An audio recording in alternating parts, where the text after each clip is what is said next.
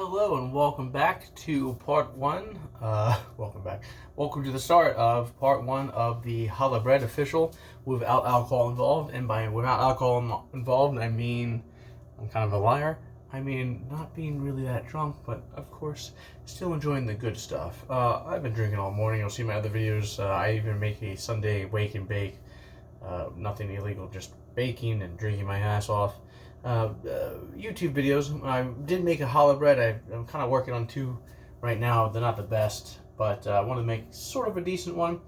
As you'll see in my other video as well, my fucking kitchen scale has broken. So I am now measuring things out with measuring cups and shit, which is stupid. If you're baking bread properly and doing things right, you gotta make sure you weigh it. So this is a delicious so far gin dirty martini, straight up, courtesy of the Barely Brewed channel. Thank you very much. So let's get a little sip on that again. And let's get started, shall we? All right. So in the meantime, I have prepped the 2 1/4 teaspoons of yeast and a half a cup of room temperature 80 to 90 degree water, which has been sitting down here. That is now dissolved yeast wise. So we are going to do the Joy Cooking. This is the Joy Cooking recipe. I don't think it's memorized, so the Bible will be next to me. I'll be reading off of it. So we're going to go with a half a cup of bread flour. As I mentioned, I keep saying that, but I'll keep saying it again in other videos. Bread flour is a higher protein content. Flour is more suitable for breads, but I do not have that right now. It helps feed the yeast. So all-purpose flour will do just fine for now, especially during the quarantine period. So half a cup. And a knife or some kind of utensil to scrape it off. Sucks, but here we go. Alright. Scrape the sides.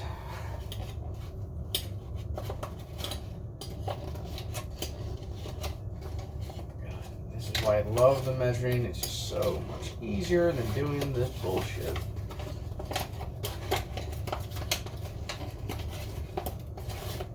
I mean, I've mentioned in other videos, it's okay if you're a little off, but I just hate this. I won't lie. This is fucking stupid. Okay. 3 tablespoons of sugar. Let's grab our tablespoon out here. Running low on sugar. Thank God I have got another whole bag on reserve.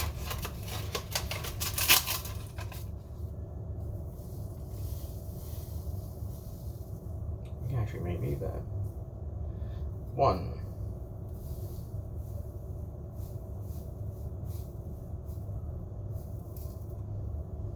2.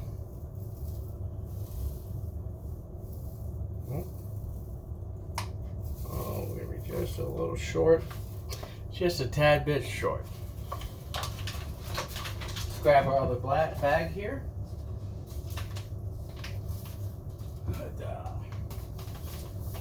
Open that bad boy up.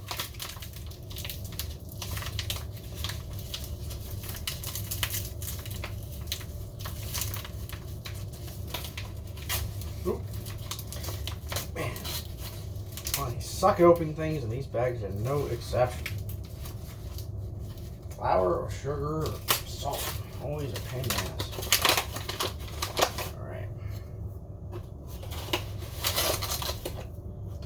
And a 3 tablespoons of sugar. Let's go ahead and do vegetable oil. 3 tablespoons of that as well. 1, 2, 3. Toss that aside. We're also going to do 1 1/4 teaspoon, right? Yeah, I got that right. Of salt. Get my 4th out here. Okay.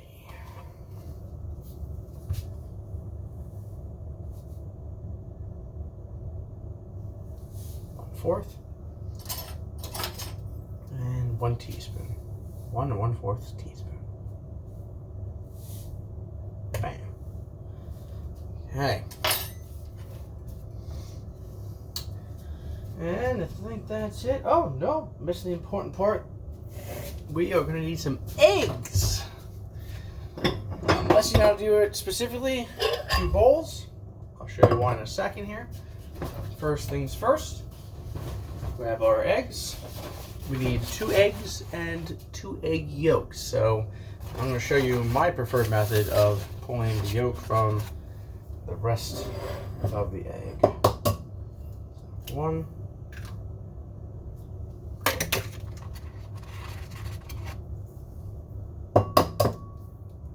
2. Make sure there's no shell in that. And again, 1.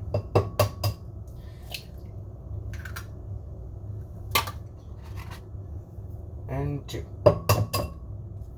Now, some people, when it comes to separating the yolk from the egg whites, they use a special tool. I don't have that, nor am I ever going to spend money on that. If someone gifts it to me, that's one thing.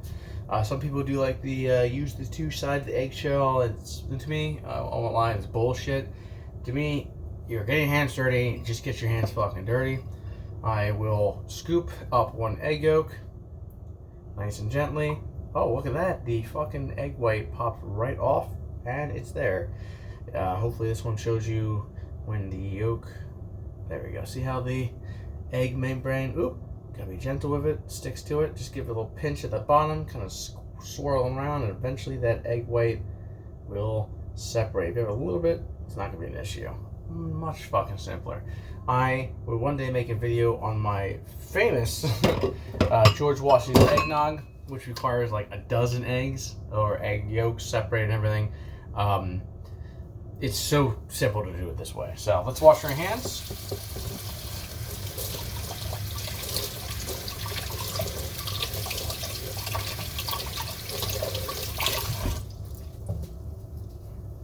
In more professional videos, maybe I'll have everything prepared, but where's the fucking fun in that? At least right now. Gonna take another sip of the good stuff. Cheers, Ron. Oh, so good. And we're gonna give this thing a light beating, just like your stepdad used to give to you. And that's not a joke. That is serious.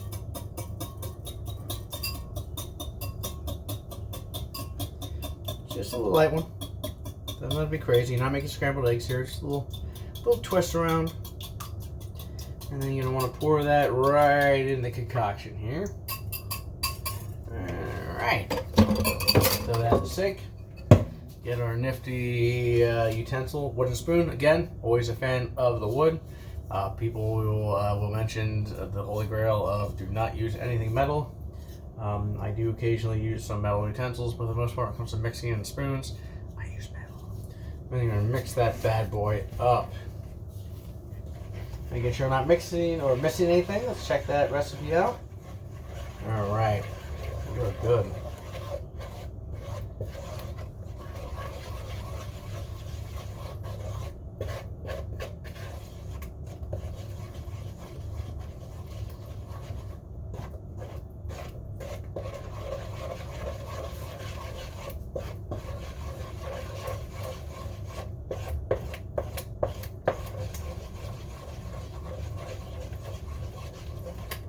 Try and get as many clumps out as possible.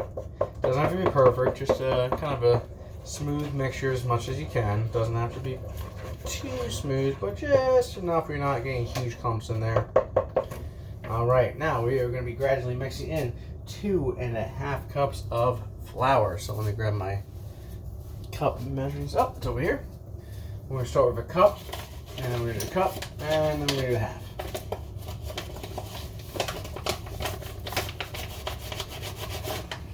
Knife out here to scrape it off because I'm lacking in the kitchen scale. Okay, I'm gonna pop that bad boy over. Start mixing that in. Move my Bible off to the side because I know the next part.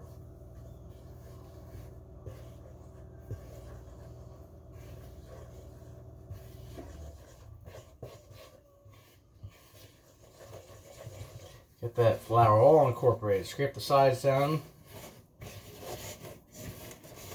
Make sure you get that flour in there.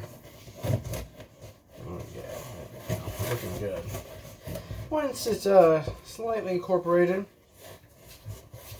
you don't have to get all the you don't have to smooth it out too much just yet.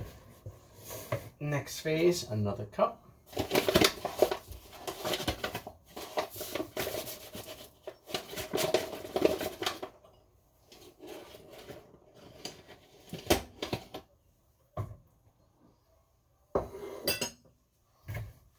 Mix that in.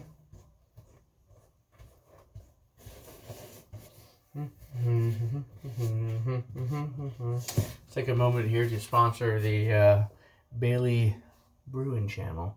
Oh, and the my apologies. The oh my God, there's two things I'm missing here. I'm so sorry. Two shout outs here. One to the Kara Cooks Smoothies, even though she's not really cooking, but gotta call you out on that one. Your husband's been giving me no quarter, so cheers to you, Kara.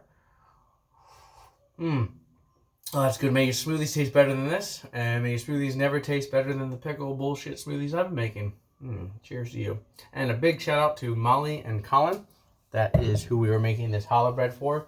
The other two, I don't know, I wasn't really impressed with, so I want to make something special for them, and I want to make it right, so I'm trying to, another loaf here. Hopefully it turns out better.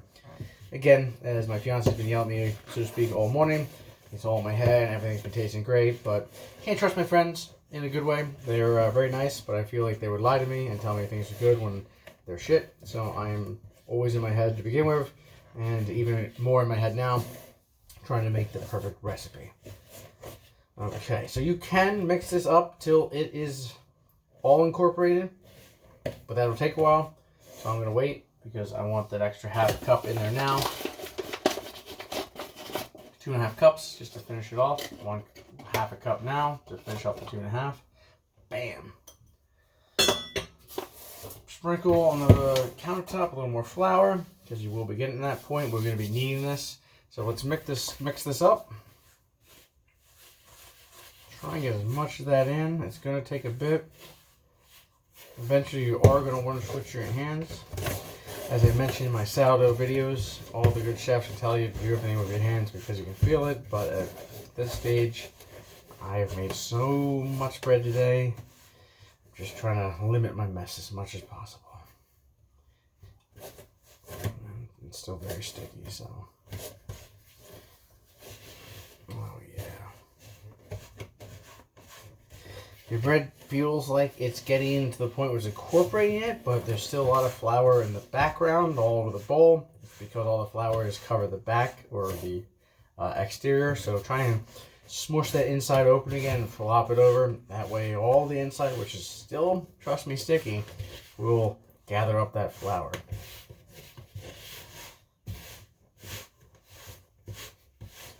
If it becomes flaky, don't worry about that. If you see small chunks getting powdered up almost as if you're going to deep fry pieces of chicken or things like that, don't worry, that's perfectly normal. You just need to keep mixing it, and eventually, as we're going to do right now actually, get your hands a little dirty. Okay, scrape off as much as this as possible. And we're going to want to start mixing it with your hands. You should have enough flour in here that if your dough has already been mixed well enough with the excess flour, it's not going to make your hands, too sticky.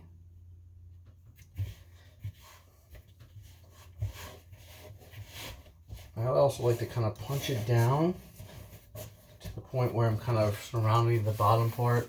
Oop, flopped over already with the dough. And then that should expose some of the stickier stuff on the edges, and then flop that over to keep gathering up that dough. And then when it's definitely starting to get there where it's not as sticky and the flour is starting to incorporate, use both hands. Start with one, just makes it a whole lot easier. Gonna knuckle that bad boy there. Flip it over. Squish that bad boy down.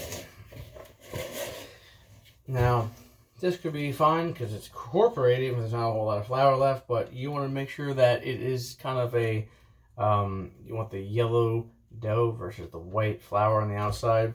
The white flour on the outside is only when you're kind of flouring it yourself. For this stage, you want to make sure it is fully incorporated, so you want to make sure you mix it up nice and well. It will take time. Everything is about patience. Just like sourdough, you can't rush it.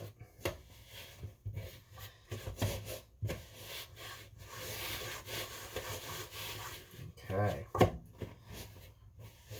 Now we've got pretty much everything in the bowl, minus a few scraps on the sides. You want to throw that in the counter and begin kneading it for about, I'd say 10 minutes, give or take. So we are going to give it maybe 2 minutes of kneading here, pause the video, and come back at the next segment. But kneading's fun. Kneading, as I mentioned in some of my other videos, is just very relaxing. Just kind of, just go at it, you know, get all your anger out on it, you know, fucking beat that shit, you know, fucking squeeze it, beat it. This helps form the gluten. You don't want to overeat it, so don't go too crazy with it, but, yeah, you can't go wrong. You're getting a little fucking pressure in the beginning, a little bit of abuse. Beat that shit. See, it's nice and stretchy. Oh, breaks a little bit because we're not fully forming that gluten yet. You want the dough to be all incorporated with the flour, which means it's actually a dough ball. There's some white specks in here, which means it's not fully incorporated. I know our countertop's a little covered in it, which is fine, but you do want to get all that out as much as possible and get to the point where you're kind of stretching it, but it's not breaking. Oh, that's not too bad. We're actually not too bad there. If it starts to pull, and if you pull it and it breaks immediately, then there's a whole lot wrong with that. I believe it just requires more kneading, but I could be wrong. Again, I'm an amateur, still learning the ropes, but loving it. You know it's good when the countertop that you're working on is not as floured. We get some surroundings, but the main section we're working on now is not floured. And you know it's good when you're working on it and it's not sticking to your hands and it's not sticking to the counter. Alright, so I'm going to knead this for another, just want to make sure I'm right, as again, we consult the Holy Bible. About 12 minutes. 12 minutes, and then we are going to take it, put it in a lightly covered bowl, lightly oil covered bowl, not too much. And then we're going to cover it and lay it out for, I believe, what's an hour? Hour and a half? Oh, there we go. Oh, wrong recipe. Hour and a half. Yep. Turn it once in the oil. Put it in the bowl. Turn it once in the oil. Nothing too much. If you do too much oil, it will hurt things. And then cover it with plastic wrap. Cover it again with a clean dish towel. Put it somewhere warm. Microwave in the oven. Not on. And then leave it out for the 2.5 hours, and then we'll go over the next steps, which I'm actually currently recording those next steps on the drunken video. So whether or not this is or is not the sober video for the challah bread, you know, whatever. And as always, a big shout out to Colin and Molly. Cheers. Congratulations on the good news. I know things have been tough. I know it's not fun with your family not being able to see everyone and see your newborn baby, but you're very loved, he's very loved, and I look forward to delivering you all the bread and shoving that down your gullet. So, and also a big shout out to the Bailey Bacon channel, sorry, Bailey Brewing channel, and the Kara Cooks channel for the booze. Oh my God, is there anything better than a dirty martini when it comes to the martini family? Especially with the blue cheese olives. All right, so don't forget to like and subscribe. A little drunk today. Do apologize for all the mishaps. Bye.